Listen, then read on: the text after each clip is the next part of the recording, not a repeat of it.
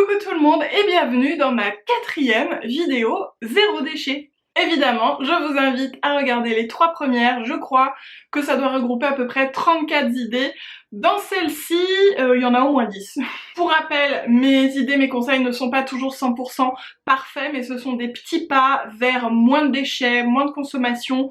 Donc voilà, c'est des petites choses en fait à mettre en place petit à petit dans son quotidien qui, toutes cumulées, va déjà vous faire 43 astuces zéro déchet. 44, à peu près. Alors la première astuce, c'est une astuce qui a changé ma vie. Vous allez comprendre pourquoi. C'est quelque chose que je ne faisais pas du tout. Et pire, je n'étais même pas au courant de l'impact écologique. J'y viens. Il s'agit de mes mails. Peut-être que vous êtes comme moi et que vous recevez plein de mails de spam et voilà, et que vous ne prenez pas le temps de les nettoyer parce que c'est chiant et vous vous retrouvez avec une boîte mail avec 2000 mails en brouillon par exemple, en plus des mails que vous recevez qui ont leur importance, hein. Vraiment on parle des mails poubelles. Moi c'était mon cas, je ne les triais pas, je les laissais aller dans une catégorie soit spam, soit comment ça s'appelle, indésirable quoi, et une fois tous les 3 ans je pensais à les vider, donc vraiment pas bien quand on sait qu'en fait tous ces mails stockés consomment en fait de l'énergie, consomment de l'électricité. Parce que internet c'est au final des gros... je sais même pas quoi, des gros engins qui tournent pour stocker tout ça. Je simplifie beaucoup, je ne m'y connais pas très bien, mais je sais que ça consomme. Donc si vous avez plus d'infos, n'hésitez pas à les laisser dans les commentaires. Toujours est-il que pour essayer de s'en sortir, il y a une super application qui s'appelle CleanFox. Ça marche aussi je crois sur l'ordinateur, moi je l'ai sur mon téléphone, qui vous permet en fait de faire le tri automatique dans toutes vos newsletters. Donc vous rentrez votre boîte mail, vous pouvez en mettre plusieurs en plus et ça c'est top.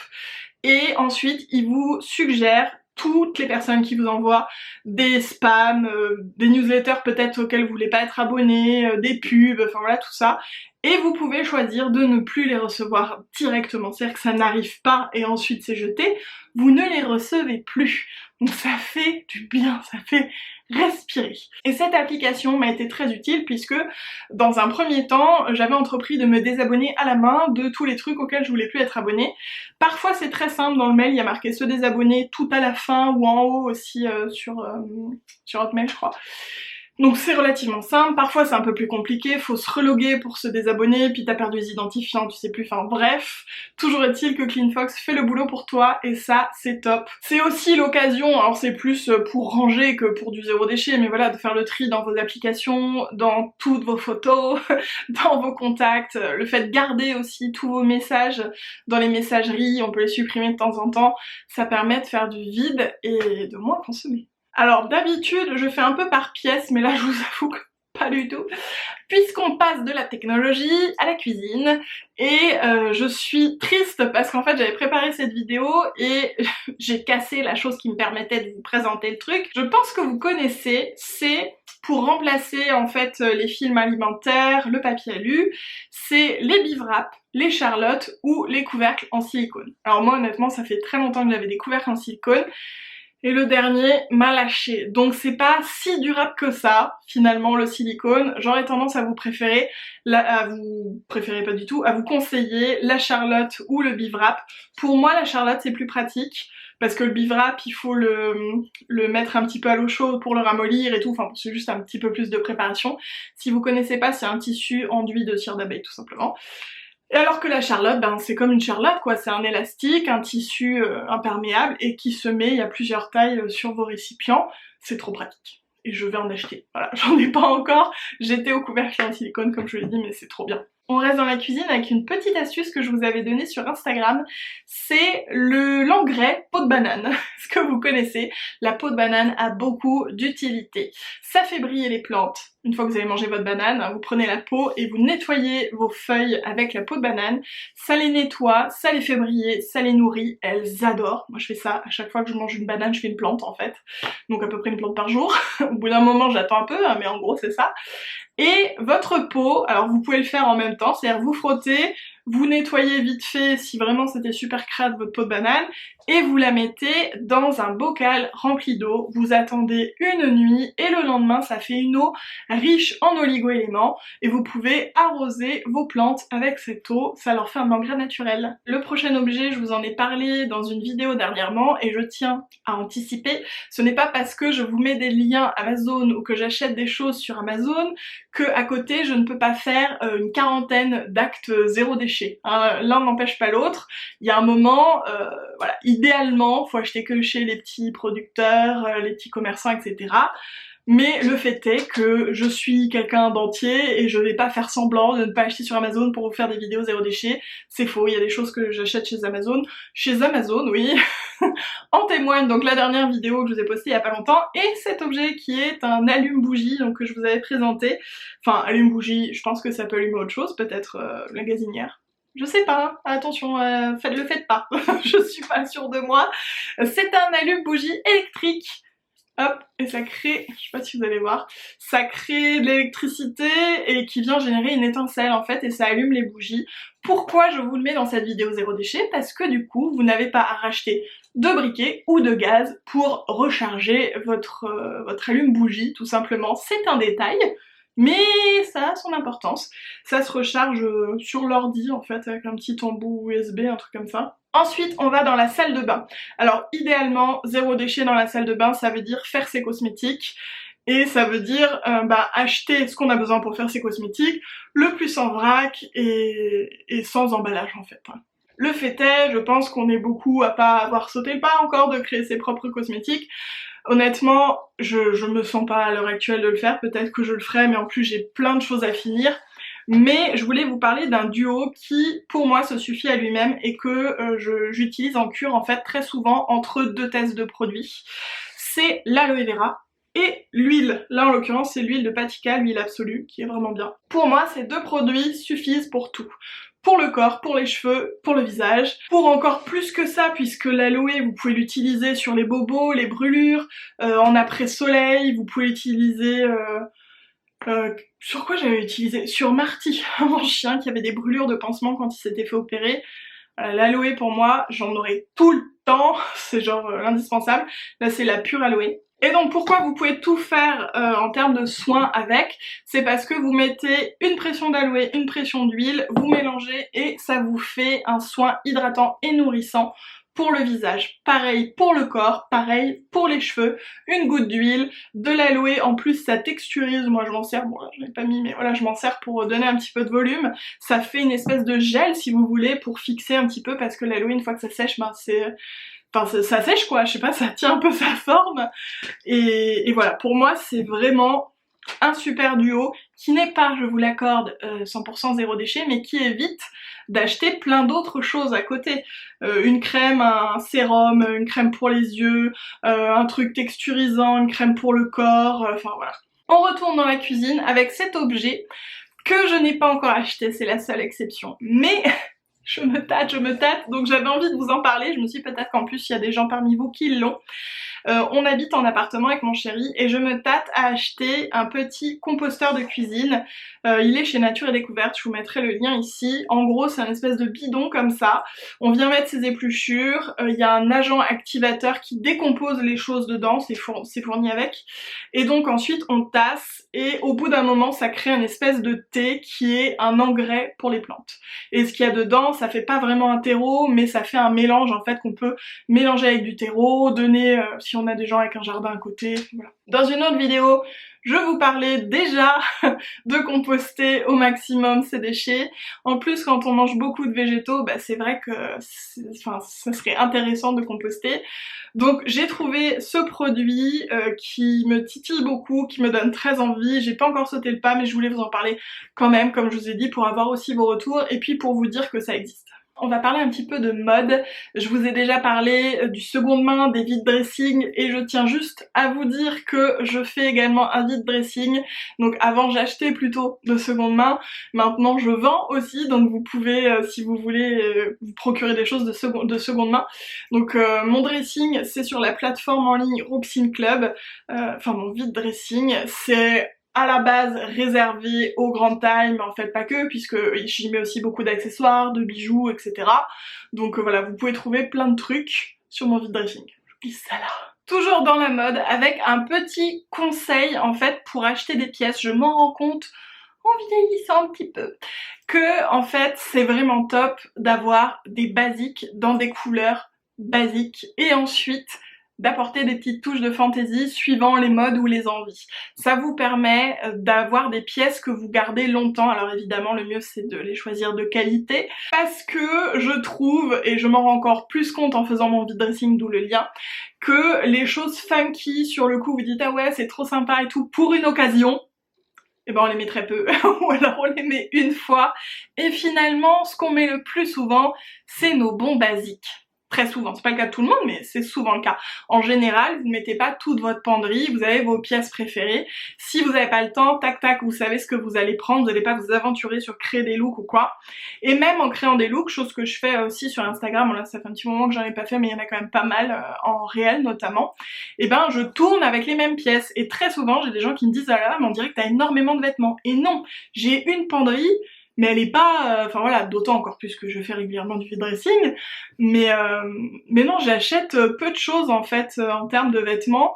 Par saison, parfois je peux racheter 2-3 pièces, des choses qui sont un peu usées ou des choses dont j'ai besoin, ou des choses que je me rends compte que j'ai pas en fait et qui me manquent notamment dans les basiques.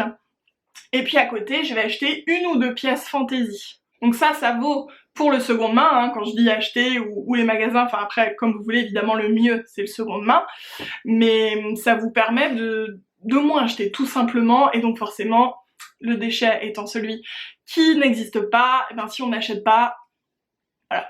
Ça vaut également pour la déco. Quand j'avais, quel âge j'avais, la vingtaine, ouais je crois par là, dans mon premier appart j'avais une étagère rouge. Alors j'ai rien contre, hein, enfin il y a des gens qui ont des intérieurs rouges et ça leur convient tout à fait, mais quand même assez souvent on se rend compte que ça peut être des phases. Ça dépend à quel âge aussi on a ces pièces là, mais à l'heure actuelle je ne me verrai plus du tout avec une étagère rouge, et donc quand il a fallu réaménager un nouvel appartement, j'ai choisi que des pièces assez neutres, c'est-à-dire du blanc, du bois clair, éventuellement un peu de gris, des choses voilà, très neutres, qui vont pouvoir aller un peu au gré de mes envies. Par exemple, là vous voyez à l'heure actuelle j'ai des draps blancs, mais il suffit de changer les coussins par exemple et ça va changer un peu l'atmosphère de la pièce. Donc c'est pareil pour les rideaux, vous pouvez juste changer une paire de rideaux, vous pouvez changer juste un cadre, enfin voilà, des petites pièces. Ça vous permet d'être plus flexible en fait sur vos envies sans avoir à changer des gros trucs. Par exemple si vous avez un canapé rose, ça va être un peu plus difficile de le rendre malléable en termes de déco. Je rajouterais même qu'en termes de make-up, c'est également un bon conseil, je trouve, d'aller d'abord sur les basiques et ensuite peut-être sur 2-3 petites paillettes, etc. Moi j'ai des grandes palettes de paillettes, je les trouve magnifiques, je les adore, mais est-ce que je m'en sers beaucoup? Bah non, je vais toujours vers mes petits nudes, mes petits préférés, j'ai beau en avoir beaucoup, donc vous voyez, je pense que ça vaut pour tout en fait. D'abord le neutre, le classique, qui va un peu avec tout, et ensuite des petits trucs fantaisie. Je pense que c'est une bonne façon de pas trop consommer, tout simplement. Je ne juge pas, hein, parce que voilà, j'ai énormément de make-up, c'est des trucs que j'apprends au fur et à mesure, hein, je vous partage juste mes observations. Alors ça, peut-être que vous connaissez, je suis obligée de lire le nom, je sais jamais le dire, les furoshiki. Est-ce que vous connaissez? Dites-moi dans les commentaires avant que je vous dise ce que c'est. Il s'agit d'emballage, papier cadeau, en tissu. Et j'adore. Et ça franchement je dois dire merci Clarins, parce que c'est depuis l'un de leurs portages qui était magnifique, enveloppé qu'avec ces tissus, en plus c'est du gaz de coton de plein de couleurs différentes, donc vraiment trop joli, que j'ai complètement arrêté le papier cadeau. Alors j'avais déjà un petit peu arrêté on va dire à Noël, c'est-à-dire que j'en avais pas racheté, d'habitude j'en rachète chaque Noël, donc je descends mon stock de papier cadeau, je pense que ça me fera encore le Noël prochain et après j'en aurai plus, et plus jamais je n'achèterai de papier cadeau. Ok, c'est sympa, il y a des motifs, ça peut faire joli et tout, mais quand même, ça sert à pas grand chose, c'est-à-dire qu'on le laisse, on le déchire et on ne le voit plus jamais. Alors que d'utiliser des tissus comme ça en emballage de papier, de cadeaux, pas de papier, ben ça vous permet simplement de les réutiliser. Donc soit vous le laissez à la personne qui pourra s'en servir pour un autre cadeau, soit vous le récupérez. Et je trouve que c'est trop bien. Je l'ai utilisé pour l'anniversaire de mon chéri, pour la Saint-Valentin, pour nos 10 ans d'amour. Et il a trouvé ça trop bien aussi parce que ça n'a aucun sens en fait d'avoir un papier jetable pour le papier cadeau quand on y réfléchit bien. Donc évidemment, l'idéal avec les furoshiki, j'ai pas regardé, c'est d'utiliser des tissus de récup, par exemple des fringues abîmées, des vieux tissus, des vieux torchons, des choses comme ça, c'est l'idéal. Après la vérité, je trouve que c'est pas très joli et bon, même si ouais je laisse le côté joli des papiers en papier, hein, des papiers cadeaux au papier, j'ai besoin de retrouver quand même quelque chose d'assez joli dans les tissus. Et ben on retourne à ces fameux classiques basiques. Je trouve que si vous avez du blanc en premier, bah c'est parfait. Ça vous permettra d'aller avec toutes les occasions pour tout le monde. Après voilà, là on a des petites couleurs terracotta qui sont trop jolies. Donc voilà, j'adore. Et encore merci Clarins de m'avoir du coup fourni plein de petits tissus pour les paquets cadeaux en même temps avec ce portage. La prochaine astuce, vous l'avez déjà entendu, c'est sûr, mais ça fait du bien de la rappeler, d'autant que moi-même je l'applique beaucoup plus en ce moment. Il s'agit de délaisser un petit peu la voiture pour marcher plus ou faire plus de vélo ou de la trottinette. Voilà, je vous conseille pas forcément les transports en commun, même si évidemment c'est bien aussi, parce qu'en ce moment tout le monde sait que c'est un petit peu compliqué, mais en tout cas, si vous pouvez, par exemple, moi avant j'allais tout le temps à la poste en voiture. C'est pas extrêmement loin, ça doit être peut-être à 3 km, quelque chose comme ça. Je suis pas sûre de moi, mais dans ces eaux-là. Et j'y allais tout le temps en voiture par habitude en fait. Et je me souviens, ça fait un petit moment, mon chéri était allé dans le coin, pas à la poste mais dans le coin, à pied, et il était rentré vite. Et je lui avais dit mais t'es déjà de retour? Elle me dit bah oui, c'est pas si loin. Et dernièrement, je me suis rendu compte que non, c'est pas si loin en fait de marcher. Du coup, je ne prends plus la voiture pour aller à la poste, sauf si j'ai des énormes paquets. Et comme je vais à la poste assez souvent, notamment pour vous poster vos malas, ça me permet de marcher un peu, étant donné qu'avec cette année très sédentaire, ce n'est pas du luxe. En plus c'est parfait. Donc ça peut valoir le coup, c'est le but de mon témoignage, de réévaluer un peu parfois les trajets de son quotidien qu'on a l'habitude de faire en voiture et d'essayer de les faire à pied, voir finalement si ça va. En fait, si c'est pas si loin que ça, après je vous dis pas s'il pleut, tout ça, mais je pense qu'il y a plein de jours dans l'année où finalement il y a des trajets qu'on fait en voiture qu'on peut faire à pied.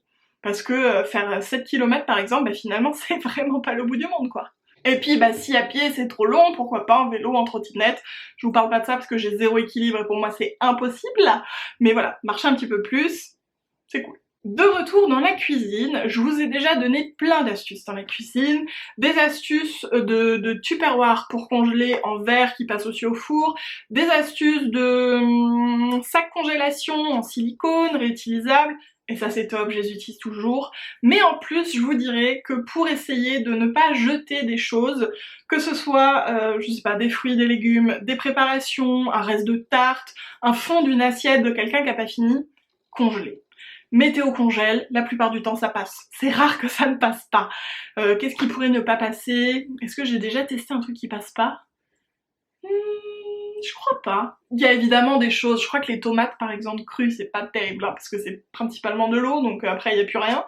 Mais congelez tous vos restes, toutes les choses qui vont se perdre, mettez sous vide dans un bocal, congelez vos fruits, vos légumes, préparez-les, congelez, ou alors en bocaux aussi, vous pouvez tailler et éplucher vos légumes et ils se conservent plus longtemps dans un bocal d'eau.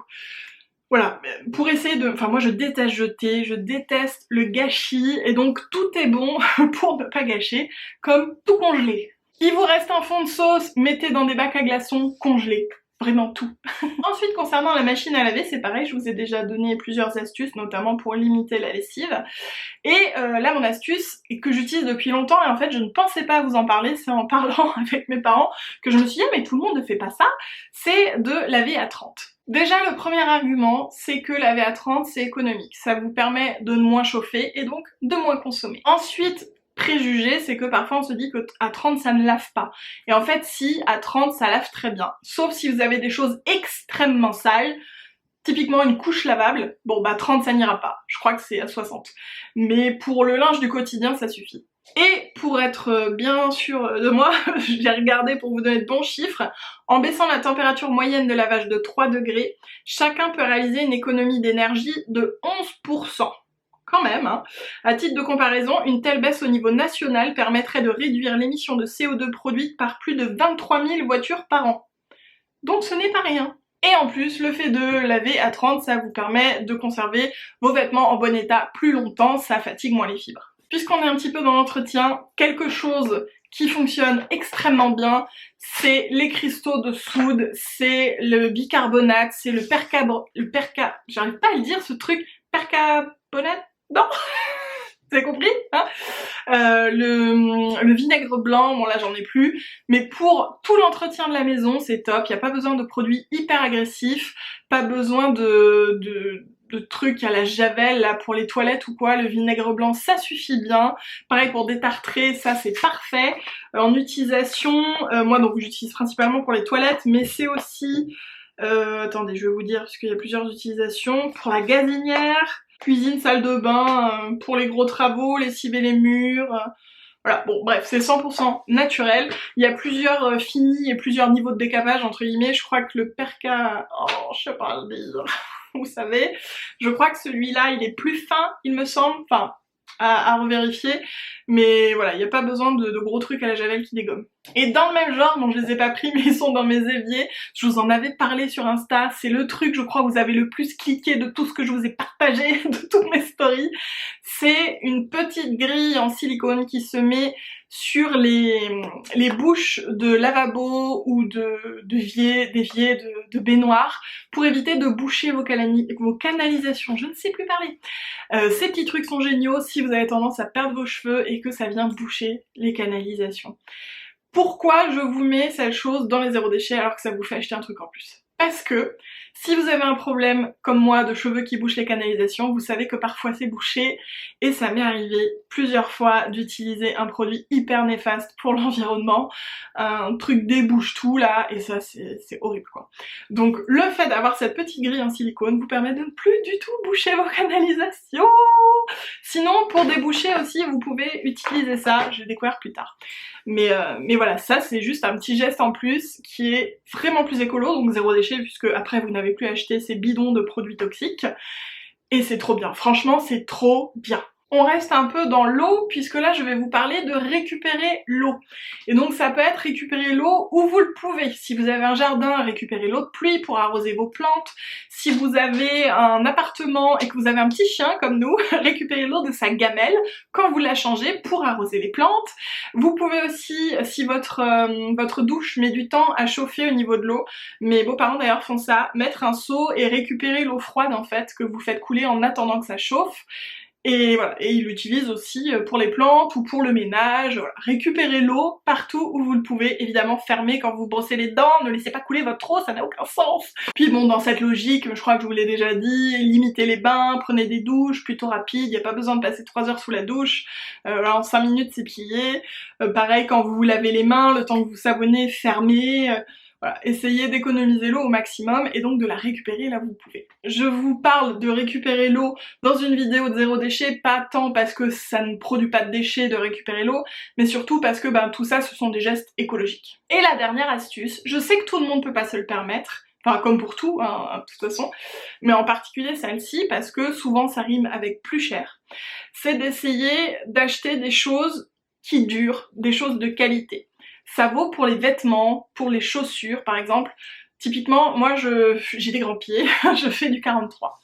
Et très souvent je trouve des chaussures qui ne sont pas de grande qualité. J'essaie en plus d'éviter d'acheter du cuir. Donc voilà, souvent je me retrouve avec des chaussures de pas grande qualité qui ont des semelles minuscules comme ça et qui ne me font même pas une saison parce que je les use. Et pourtant j'ai plusieurs paires de chaussures, hein, je suis pas tout le temps sur la même. Typiquement la paire que j'utilise pour sortir Marty, parce que je sors Marty quand même 2 à 3 fois par jour, du coup elle s'use très très vite. Et même j'avais des fausses hugs là, enfin voilà, ça s'use très très vite. Et la solution pour moi ça a été d'investir dans les grosses semelles. Parce que ça dure super longtemps. Si c'est une paire que vous mettez tout le temps pour une occasion en particulier, pour aller bosser ou quoi, prenez quelque chose de qualité. Et donc pour les vêtements c'est pareil, essayez d'investir dans les pièces de qualité, dans des collants de qualité pour acheter moins de collants, dans des ampoules de qualité, en fait tout ce qui va être plus de qualité en général. dure plus longtemps et parfois même dure tout le temps. Donc ça change un peu le mode de consommation, c'est-à-dire que même pour des bijoux par exemple, au lieu d'acheter un bijou, ou 10 bijoux fantaisie, vous allez peut-être garder le budget des 10 bijoux fantaisie et vous achetez un bijou qui va durer, qui va être en plaqué, ou en or, voilà, qui va pas noircir. Essayez de privilégier la qualité à la quantité, ça fait moins consommer, donc forcément ça crée moins de déchets. Est-ce qu'il y a des choses que je vous ai partagées que vous faites déjà? Et qu'est-ce que vous faites en plus des autres vidéos? Attention, allez regarder les vidéos avant de répondre. Dites-moi s'il y a des choses en plus que vous connaissez. Et avec plaisir, je les essaierai. J'ai toujours envie d'en faire plus. J'ai commencé avec 10 gestes zéro déchet. Là, voilà, on doit être à 44 à peu près. Ça, plus ça, plus ça, eh bien, ça crée quand même vachement moins de déchets et c'est quand même plus écologique. Si vous aimez mon contenu, n'hésitez pas à me soutenir en me laissant un petit pouce en l'air, un petit commentaire et en vous abonnant à ma chaîne. Et dites-moi si vous voulez une autre vidéo zéro déchet, je creuserai pour trouver d'autres bonnes habitudes à appliquer dans mon quotidien. Et puis voilà, je vous fais des gros bisous et je vous dis à très vite.